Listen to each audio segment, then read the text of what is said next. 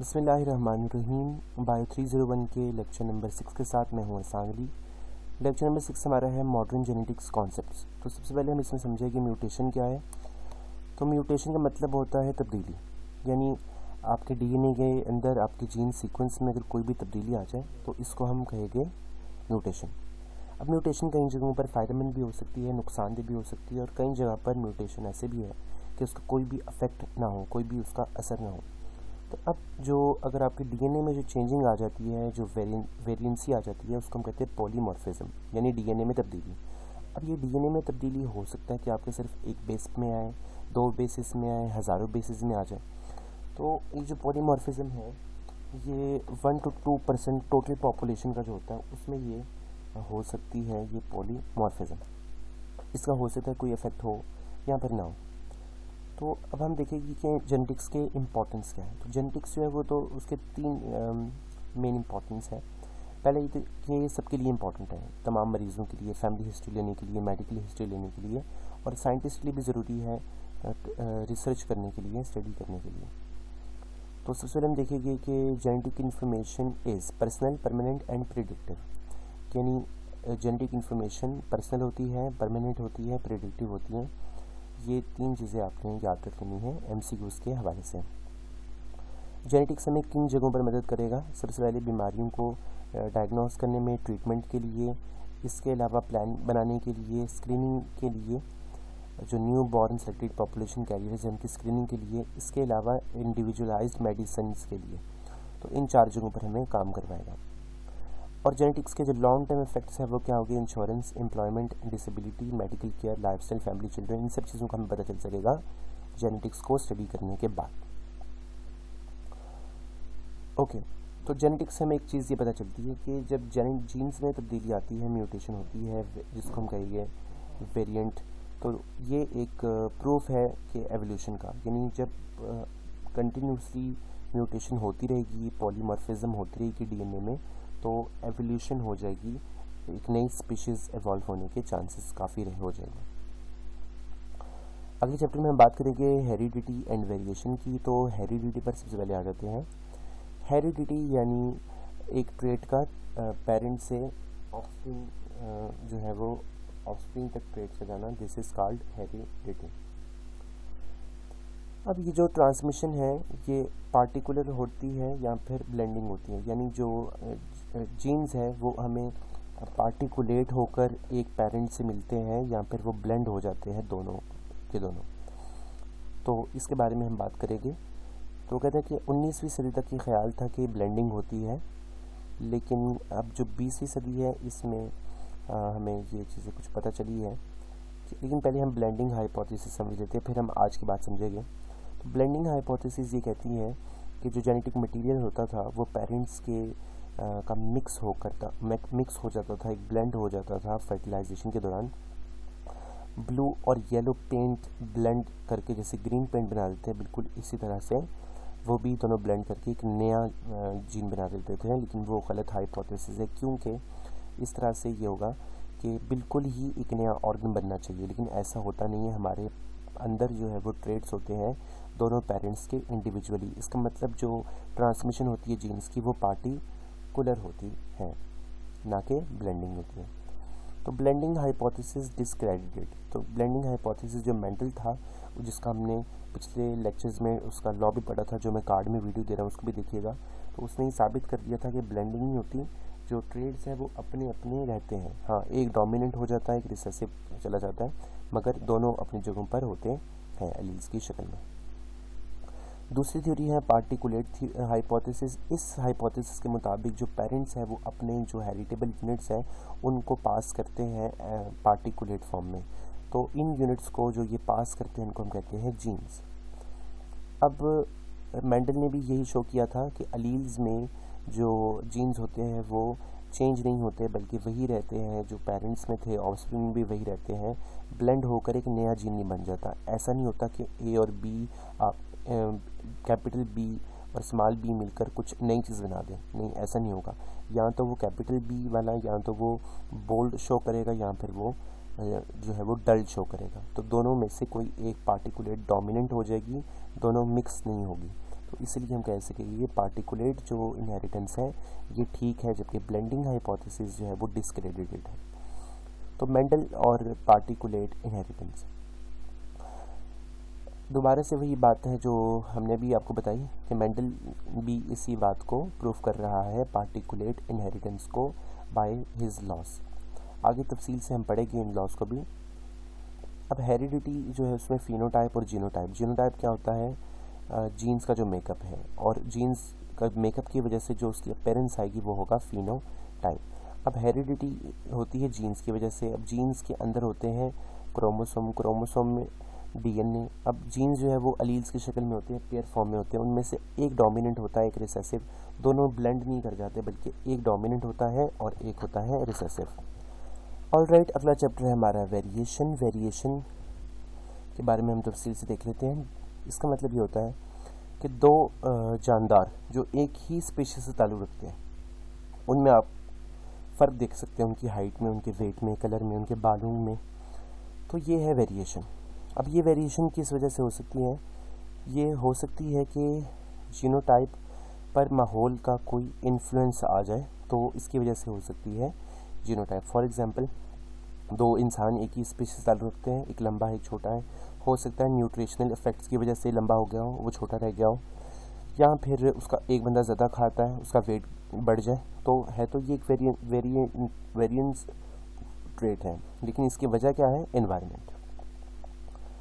जैसे कि यहाँ पर देखें तो ये एक ही स्पीशीज ताल्लुक़ है, लेकिन इनका जो कलर है वो डिफरेंट है। एक पर आपको बैंड्स नज़र आ रहे होंगे, नंबर ऑफ़ बैंड्स काफ़ी ज़्यादा नज़र आ रहे होंगे, एक पे नज़र ही नहीं आ रहे होंगे, एक पे कम नज़र आ रहे होंगे। तो ये है एक्चुअली वेरिएशन। इस तरह अगर आप टाइगर मॉथ्स को देखें, इनको देखें, तो ये सब एक ही फैमिली से ताल्लुक़ रखती है, लेकिन इनमें आपको वेरिएशन नज़र आ रही होगी। यहाँ पर, यहाँ ज़्यादा ब्लैक डार्क है, यहाँ कम है, और यहाँ उससे भी कम है।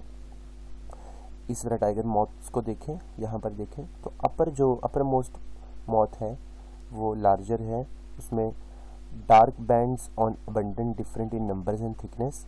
में जो डार्क बैंड्स है वो भी, उनका भी फ़र्क है, इनकी थिकनेस भी कम ज़्यादा है, यहाँ पर ज़्यादा कम है। इसके अलावा आप इनको पैटर्न्स को भी देखिए, फॉरविंग्स के थोड़े आपको डिफरेंट नज़र आएगी यहाँ पर, और इनकी जो शेप है, ब्लैक स्पॉट्स हैं, वो भी थोड़े डिफरेंट है, नंबर भी। और इस तरह से इंसानों में भी इस तरह वेरिएंसी नज़र आएगी। इंसान का जो साइंटिफिक नेम है वो है होमो सैपियंस। होमो है और सैपियंस ह्यूमन का साइंटिफिक बायोलॉजिकल नेम है। यहाँ पर भी आपको डिफरेंट वेरिएशंस नज़र आएगी। जैसे आप यहाँ देखें तो आपको स्किन कलर में वेरिएंसी नज़र आ रही होगी, बालों में यहाँ कर्ली हेयर्स नज़र आ रहे हैं, यहाँ आपको स्ट्रेट हेयर नज़र आ रहे हैं। इसी तरह आपको हेयर कलर में फ़र्क नज़र आ रहा होगा, आई कलर में यहाँ फ़र्क नज़र आ रहा है आपको, और इसके अलावा आपको इनकी जो जेंडर है उसमें भी आपको वेरिएशन नज़र आ रही है। तो ये बात साबित हो गई कि वेरिएशन होती है एक ही स्पीशीज ताल्लुक़ रखने वाले मुख्तलिफ जानदारों में, और इसकी वजह हो सकती है एनवायरनमेंट, या जेनेटिक मेकअप भी हो सकता है, एनवायरनमेंट भी हो सकती है, या दोनों चीज़ें भी हो सकती हैं। तो अगले चैप्टर में हम बात करेंगे जेनेटिक एंड एक्वायर्ड वेरिएशन। अब ये जो वेरिएशन है ये जीन्स ही की एक्टिविटी की वजह से होती है, क्योंकि जेनेटिकली कंट्रोल को हम चेंज तो नहीं कर सकते। जैसे ब्लड ग्रुप्स हमारे डिफरेंट होते हैं, हमारे फिंगरप्रिंट्स डिफरेंट होते हैं, हमारा जो जेंडर है वो डिफरेंट होता है। तो ये है इनहेरिटेड वेरिएशन जो जीन्स के साथ जीन्स इनकी एक्टिविटी को कंट्रोल करता है। ओके, तो लेकिन इसमें मैं बता रहा है कि जो एक्वायर्ड वेरिएशन है उसमें आपकी न्यूट्रिशन, एनवायरमेंटल कंडीशन और जो इंडिविजुअल एक्टिविटीज़ है ये सब भी काम करती है, अमल दरामद करती है। एक्वायर्ड करेक्टरिस्टिक्स को हम इनहेरिट नहीं कर सकते। जैसे अगर हम लैंग्वेज है तो ये एक एक्वायर्ड करेक्टरिस्टिक है, हम इसे अपने किसी से इनहेरिट नहीं कर सकते। ओबेसिटी को या किसी स्किल को, एक लोहार का जो बच्चा है, लोहार जिसके जो बॉडी बिल्डर बन चुका है, उसका बच्चा जो है वो बॉडी बिल्डर तो पैदा नहीं होगा, क्योंकि जो उसकी बॉडी है वो एक्वायर्ड करेक्टरिस्टिक नहीं है। इसी तरह एक बंदा जो बहुत अच्छी इंग्लिश बोलता है, उसका बच्चा पैदा होते इंग्लिश तो नहीं बोलेगा, हाँ, क्योंकि उसने सीखी हुई है, तो ये एक एक्वायर्ड करेक्टरिस्टिक नहीं है। ओके, तो यहाँ आप एप्पल्स देखिए तो आपको डिफरेंट पोजीशंस में रखे गए एप्पल्स हैं। और डिफरेंट ट्री से लिए गए हैं। ये वाले जो नॉर्थ साइड वाले ये अपर ब्रांचेस से लिए गए हैं, जबकि साउथ साइड पे जो है वो साउथ साइड की अपर ब्रांचेस से ये लिए गए हैं। इस तरह ये वाले जो है नॉर्थ साइड की लोअर ब्रांचेस से लिए गए हैं और ये साउथ साइड की लोअर ब्रांच से लिए गए हैं। तो यहाँ पर आपको काफ़ी अच्छी एक वाइड वेरिएशन नज़र आ रही होगी। तो यहाँ पर सबको सेम जीन्स जेनेटिक मेकअप मिला है, सेम इन्वायरमेंट मिली है। फ़र्क कहाँ पर आया, यहाँ पर ये एक्वायर्ड नहीं है। इसका मतलब ये हुआ कि न्यूट्रिशन, सनलाइट और बाकी जो रोल्स हैं वो सब कुछ इस पर कारआमद हो रहे हैं। तो the differences between the apples are acquired during the growing season, the differences will not be inherited. ये जो डिफरेंसेस हैं इनको हम इनहेरिट नहीं कर सकते। तो वाई दिस वेरिएशन, क्योंकि एनवायरमेंटल कंडीशंस जो है वो कॉज कर रही है तब्दीलियों में, और क्योंकि जो अपर ब्रांचेस में ज़्यादा सूरज की रोशनी मिल रही है और जो लोअर ब्रांचेस में कम, तो इसलिए आपने साफ साफ फ़र्क देखा वहाँ पर। तो वेरिएशन जो है वो दो चीज़ों की वजह से हो रही है, एक जेनेटिक मेकअप की वजह से और एक हो रही है इन्वायरमेंट की वजह से। तो दोनों चीज़ें जो है ये इन्फ्लुएंस कर रही हैं। अब जो हाइट है किसी की वो उसकी जीन्स पर भी डिपेंड करेगा और वो जो फूड खाता है उस पर भी डिपेंड करेगी। तो ये दोनों चीज़ें ही वहाँ पर काम करेगी। तो ये बात साबित हो गई कि वेरिएशन जो है वो सेम स्पीशीज़ के जानवरों में नज़र आती है और इसके वजह से जेनेटिक मेकअप और इन्वायरमेंटल कम्बिनेशन, यहाँ पर दोनों चीज़ें। अब हम बढ़े गए वेरिएशन की टाइप्स। तो वेरिएशन की दो टाइप्स हैं, डिसकंटिन्यूस वेरिएशन और कंटिन्यूस वेरिएशन। तो अगर हम बात करें डिसकंटिन्यूस वेरिएशन की सबसे पहले, तो डिसकंटिन्यूस वेरिएशन को सिर्फ जीन्स ही कंट्रोल करते हैं और इनमें कोई भी इन्वायरमेंटल फैक्टर काम नहीं करता। जैसे आपका ब्लड ग्रुप, आपका कलर ब्लाइंड, आपका डिफॉर्मिज्म यानी बोनापन, ये सारी चीज़ें जेनेटिक ही कंट्रोल कर सकती है। इन्वायरमेंट का इस पर कोई भी काम असर नहीं है। जैसे मिसाल के तौर पर आपको यहाँ पर कुछ ग्राफ्स नजर आ रहे होंगे कि ए ग्रुप के लोग इतने परसेंट है, ओ ग्रुप के 46% है, बी ग्रुप के 9% है, ए बी ग्रुप के 3% है। तो ये है तो वेरिएशन ही, लेकिन डिसकंटिन्यूस वेरिएशन है, कंटिन्यूस वेरिएशन नहीं है। कम ज़्यादा फिर उससे ज़्यादा फिर कम है, ये डिसकंटिन्यूस वेरिएशन है। स्मूथ कर्व हमें यहाँ पर नहीं मिल रही। लेकिन अगर हम कंटिन्यूस वेरिएशन की बात करें तो कंटिन्यूस वेरिएशन जो है यहाँ पर आपका जेनेटिक मेकअप भी और उसके साथ साथ जो इन्वायरमेंटल इन्फ्लुएंस है, दोनों चीज़ें यहाँ पर काम करती हैं।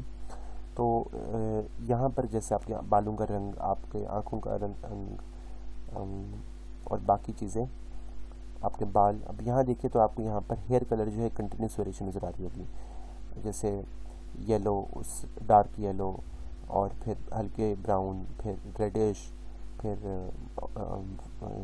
ब्लैक, फिर डार्क ब्लैक, फिर ब्लैक में भी आपको ब्राउन नज़र आ रहा होगा, येलो में आपको ब्लैक नज़र आ रहा होगा। तो इस तरह आपको एक कंटिन्यूस वेरिएशन नज़र आ रही है। Several pair of jeans involve, कुछ जीन्स हैं जो इन्वॉल्व होते हैं, जैसे जो जीनोम है AABBCCDD, ये black hair while the genome अगर वो स्मॉल में हो तो वो फिर ब्लॉन्ड हेयर पैदा करेगा। इसी तरह यहाँ पर देखें, अगर ये जीन्स जो है वो इस शेप में आ जाए, यानी हेट्रोटाइप डोमिनेट में आ जाए, और यहाँ फिर इस तरह से आ जाए हेट्रो या होमो मिलाकर यहाँ पर जो डोमिनेंस हमें मिले, या इस तरह से आ जाए, तो डिफरेंट हमें कम्बिनेशंस मिल जाएंगे, डिफरेंट हमें पॉसिबिलिटीज़ मिलेगी। तो कंटिन्यूस वेरिएशन जो है वो जीन्स के साथ साथ इन्वायरमेंट भी कंट्रोल करती है। जैसे हाइट की अगर मिसाल ली जाए तो उसको जीन्स भी कंट्रोल करते हैं और उसके साथ जो फूड आप खाते हैं वो भी करता है। जैसे आप यहाँ देखें तो आपको कंटिन्यूस वेरिएशन नजर आएगी। ये देखें यहाँ 54 इंच से शुरू होता हुआ ये 76 इंच पे जा रहा है, तो आपको हर वैरायटी यहाँ पर मिलेगी। ये एक कंटिन्यूस वेरिएशन है। तो आप कंपैरिजन देख सकते हैं, ये है डिसकंटिन्यूस वेरिएशन जो स्मूथ कर्व नहीं बना सकता, ये है कंटिन्यूस वेरिएशन। तो इसको हम क्वांटिटेटिव स्टडी भी कर सकते हैं। यहाँ पर इनको बहुत से जीन्स कंट्रोल करते हैं और इन्वायरमेंट भी इसमें इन्फ्लुएंस है, जबकि ये इसके बिल्कुल मुतज़ाद है। तो ये हमारा कंक्लूजन हुआ कि वेरिएशन के दो टाइप्स है, कंटिन्यूस और डिसकंटिन्यूस। इंशाल्लाह अगले चैप्टर्स में हम मज़ीद बात करेंगे। तब तक के लिए अल्लाह हाफ़िज़।